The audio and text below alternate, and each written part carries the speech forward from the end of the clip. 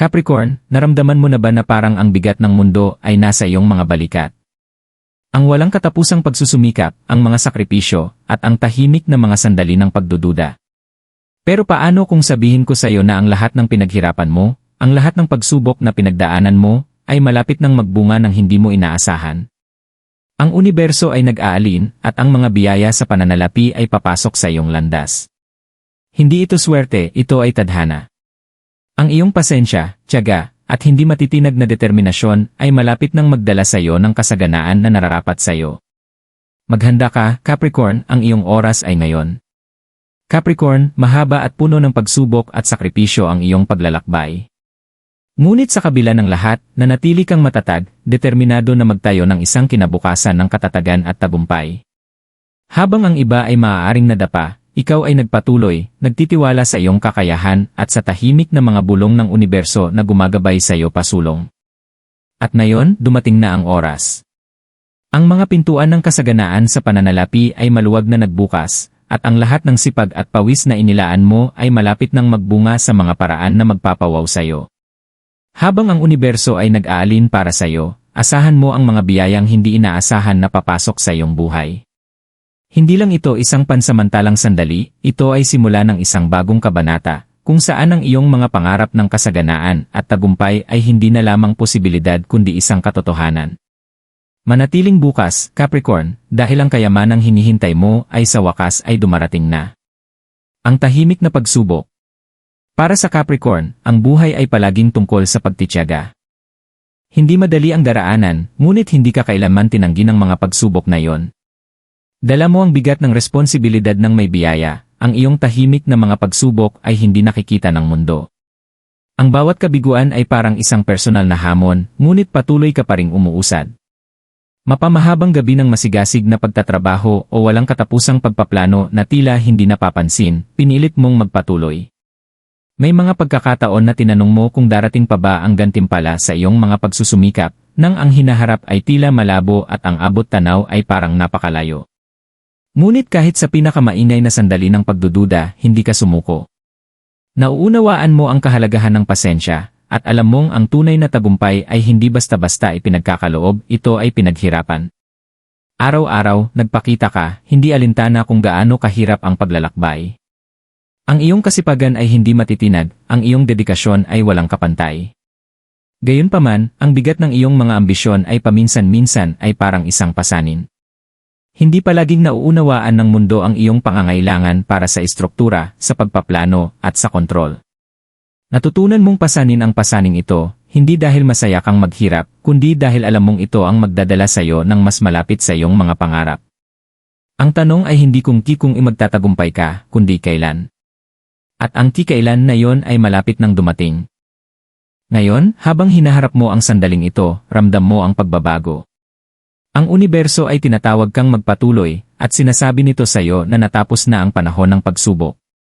Nagawa mo na ang lahat ng pagsusumikap. Ang mga sakripisyo, ang mahabang oras, ang pagpaplano, lahat ng ito ay humahantong sa puntong ito. Ang mga bunga ng iyong pagod ay mas malapit kaysa sa iyong inaakala. Isang biglaang pagbabago. At pagkatapos nangyayari ito. Isang pagbabago ng enerhiya, isang hindi inaasahang pagbabago na hindi mo inaasahan. Pagkatapos ng ilang buwan ng pagtatrabaho sa katahimikan, pagkatapos maramdaman na ang iyong mga pagsusumikap ay hindi napapansin, ang universo ay sa wakas ay nagdesisyong panahon na upang gantimpalaan ang iyong walang humpay na espiritu. Ang mundo ay nagsisimulang magbukas sa mga paraang hindi mo inaasahan, at ang mga pagkakataon sa pananalapi na hinihintay mo ay biglang lumitaw. Para itong ilaw na nagbukas, nagpapakita ng mga landas na dati nakatago sa mga anino ng iyong mga pagdududa.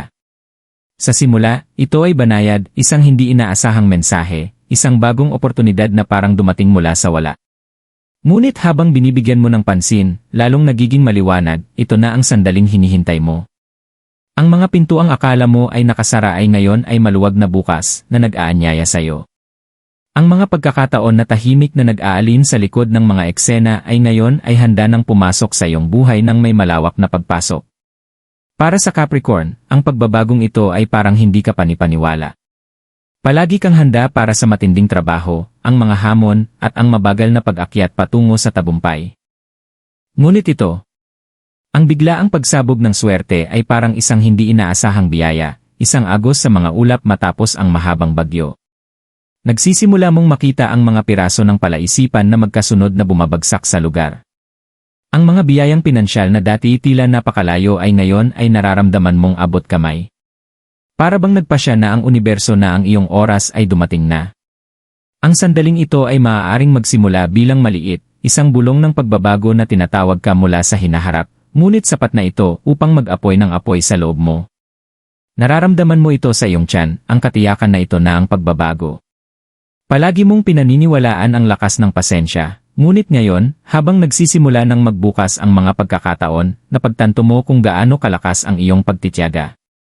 Hindi ito swerte. Ito ay tadhana na dumating upang gantimpalaan ang mga mahabang oras, ang mga sakripisyo, at ang mga sandali ng pagdududa na iyong nalampasan. Ngayon na nagsimula na ang pagbabago, nasa iyo na ang responsibilidad na ganap na yakapin ito. Ang universo ay inihanda na ang landas. Ikaw na ang maglakad dito. Ang banal na pagkakasunod-sunod. Habang nagsisimula ng magbaha ang mga pagkakataon, napagtanto mong ang nangyayari ay hindi lamang isang swerte, ito ay ang banal na pagkakasunod-sunod. Ang universo, na iyong pinagtibay ng walang pag-aalinlangan, ay gumagawa ng kanyang mahika. Bawat desisyon na iyong ginawa, bawat hakbang na iyong tinahak, ay nagdala sa iyo sa sandaling ito. Ang dating tila mahaba at mabigat na paglalakbay ay ngayon ay lumalabas na, tulad ng mga piraso ng isang malaking puzzle na sa wakas ay nagkakasama. Parang ang mga bituin mismo ay nag-align upang dalhin sa iyo ang mga biyayang pinansyal na matagal mo nang pinaghirapan. Tamang-tama ang timing. Ang universo ay hindi nagkakamali, at ito ay matagal nang inaayos ang sandaling ito para sa iyo. Marahil ay nagduda ka minsan, nagtanong kung ang iyong mga pagsusumikap ay talagang sulit, ngunit ngayon ay nakikita mo na ang bawat hakbang ay bahagi ng isang mas malaking plano. Ang iyong pasensya, iyong katatagan, at ang iyong kakayahang magtiwala sa proseso ang nagdala sa iyo dito. Sa sandaling ito, nararamdaman mo ang pagbabago ng enerhiya sa paligid mo. Hindi lang ito tungkol sa pera, ito ay tungkol sa kosmikong pagkakasunod-sunod ng iyong buhay. Binibigyan ng validation ng universo ang iyong pagsusumikap, ipinapakita sa iyo na ang bawat desisyon na ginawa mo ay tama, kahit na hindi ito mukhang tama sa mga panahong iyon. Mapahindi inaasahang pagkakataon sa pananalapi, promo, o kahit isang windfall na hindi mo nakita na dumarating, ang universo ay inaaalin ang lahat ng bagay para sa iyo. Ito ang kagandahan ng paglalakbay ng Capricorn, nagtatrabaho ka, nagsusumikap, at nagtitiwala sa isang bagay na mas mataas pa sa sarili mo. At kapag dumating ang tamang oras, ang universo ay magbibigay gantimpala. Hindi lang ito tungkol sa kayamanan, ito ay tungkol sa pagkakasundo ng iyong puso, isipan, at espiritu sa iyong layunin. Ang kasaganaan na dumarating sa iyong buhay ngayon ay hindi isang pagkakataon, ito ay resulta ng mga taon ng dedikasyon, pagsusumikap, at hindi matitinag na pananampalataya. Inalign mo ang iyong sarili sa mga enerhiya ng kasaganaan at tagumpay, at ngayon ay panahon na upang ganap itong yakapin. Isang kapanapanabik na panahon, Capricorn. Matagal mong hinintay ang sandaling ito, at ngayon ay ipinapadala na ng universo ang buong lakas nito. Habang binabaybay mo ang bagong kasaganaan, alam mong ito ay simula pa lamang. Ang susunod ay walang kasing mayabang at mahika. Pagtutupad ng mga biyaya. Ngayon na ang mga pintuan ng oportunidad ay maluwag ng bukas, at ang universo ay nag-aalin para sa iyo, panahon na upang ganap na yakapin ang kasaganaan na malapit nang dumaloy sa iyong buhay. Capricorn, dito matatagpuan ang iyong tunay na lakas, sa iyong kakayahang mag-manifest ng buhay na palagi mong pinapangarap. Ang mga biyaya sa pananalapi na paparating ay hindi basta-basta nagkataon lamang, ito ay direktang resulta ng iyong panloob na lakas, focus, at ang iyong kakayahang mag-manifest ng iyong mga nais. Palagi kang naging praktikal at masipag na tanda, at ngayon, panahon na upang pagsamahin ang praktikal na pamamaraan na ito sa lakas ng manifestation. Ang pag-manifest ay hindi lang tungkol sa paghiling ng isang bagay at paghihintay na ito ay dumating, ito ay tungkol sa pag-aalin ng iyong mga iniisip, aksyon, at enerhiya sa iyong mga layunin.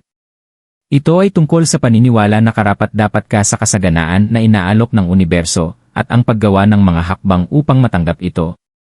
Magsimula sa pamamagitan ng pag-visualize ng buhay na nais mong likhain. Ipinakita ang kasaganaan sa pananalapi na iyong inaasam. Ipinakita ang iyong sarili na nakakamit ang iyong mga layunin, namumuhay ng komportable, at nararanasan ang seguridad na palagi mong pinapangarap. Habang ginagawa mo ito, alamin na ang bawat iniisip mong pag-isip, bawat salitang binigkas, at bawat hakbang na ginagawa ay nagdadala sa iyo ng mas malapit sa iyong manifestation. Nagtrabaho ka ng husto upang makarating sa puntong ito, at ngayon ay panahon na upang pahintulutan ang iyong sarili na tumanggap. Ang mga affirmation ay magiging iyong pinakamahalagang kakampi sa oras na ito. Capricorn, palagi kang naging praktikal at matatag na tao, ngunit ngayon ay panahon na upang balansihin ito ng mga positibong affirmation. Sabihin ng malakas ang iyong mga nais na i-manifest.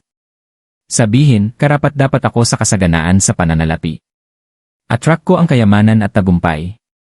Handa na akong tanggapin ang mga biyayang paparating sa akin. Hayaan mong sumik ang mga salitang ito sa iyong kaluluwa.